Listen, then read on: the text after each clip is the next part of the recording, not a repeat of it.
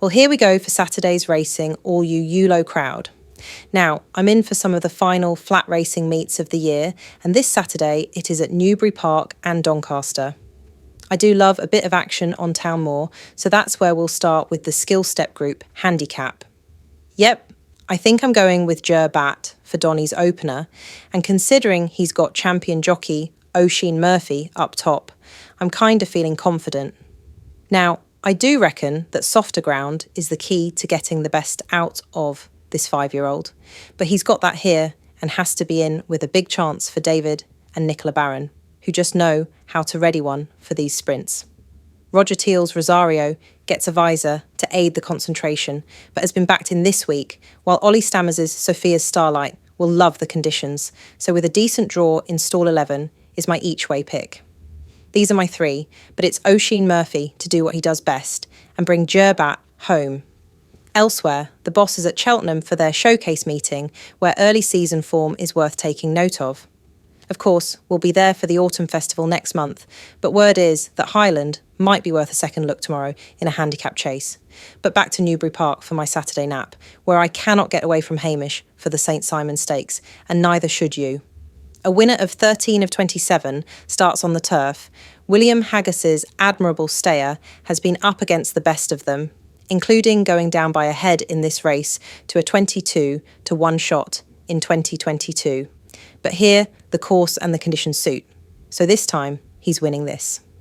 Obviously, Charlie Appleby's Ancient Wisdom rates a good opponent, and I reckon the two of them will make a race of it. But on ground this deep, I'll be sticking with Hamish. Also, I've had a little tickle on the reverse forecast, if that's your sort of thing, cos anywhere around the 3 to 1 mark for these two looks a value bet to me. Good luck. My next best is up at Donny, where Benvenuto Cellini can land the Futurity. Aidan O'Brien's Ballydoyle squad of 3 have dominated the anti-post market this week for the feature, and I, for one, can understand why. The master trainer has taken this race 11 times before, so there's every reason to think he's going to make it around dozen with one of them, which I think is going to be Benvenuto Cellini. This Frankel colt was so impressive to me when cruising to the front at Leopardstown in the Champions Juvenile Stakes last time out, and I bet there's more to come. Christophe Soumillon is up top, suggesting that's the stable first string, but stablemate Hawk Mountain won the Beresford at the Curragh last month, which is always a juvenile race to note. So with Wayne Lorden getting the leg up on the other Frankel colt action, this does look a strong Ballydoyle trio. John and Thady Gosden's Oxagon probable rates the main threat to spoil the Ballydoyle party, but I'm sticking with Benvenuto Cellini for the Futurity. Earlier on at Newbury Park, it should come as no surprise that I'm on Senorita Vega for the listed fillies stakes. That said, she'll have to prove that she can act on this soft going, but did win here on ground with some cut in it 2 runs back.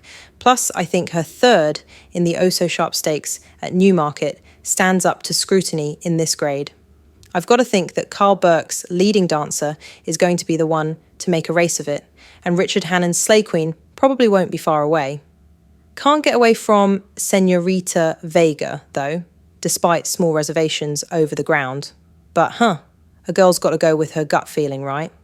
Up at Donny, in the Prospect Stakes, this one's going to Carl Burke with Lam Yai, and she's going to make amends for just missing out in the Firth of Clyde at Ayr last month.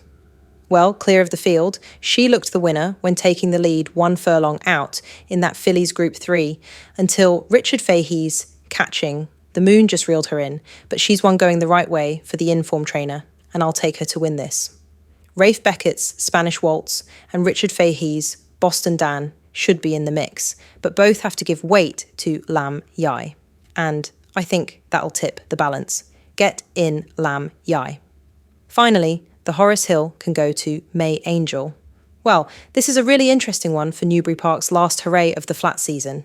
This week, all the money's been on Charlie Appleby's Time to Turn, who didn't seem to be at his best on Longchamp's track in the Prix Jean-Luc Lagardère on Arc Day, which always has a bit of cut in it, where, just for the record, Marie-Francois gave Aidan O'Brien's Puerto Rico as her next best. Puerto Rico came in, of course, much to our pleasure in the office, and with the soft going here, I'm finding it easy to go against the jolly and tell you this is between Simon and Ed Crisford's Pandemonium and John and Thady Gosden's May Angel. Pandemonium is an impressive no-nay never colt, unbeaten in 2, but I'll take the gamble on May Angel, sporting a hood for the first time, to make amends for a down the field. Finish in the Ecom at York on ground, obviously a bit quick. Yep, May Angel it is for me, with Tom Marquand to weave a little bit of his magic in this Group 3.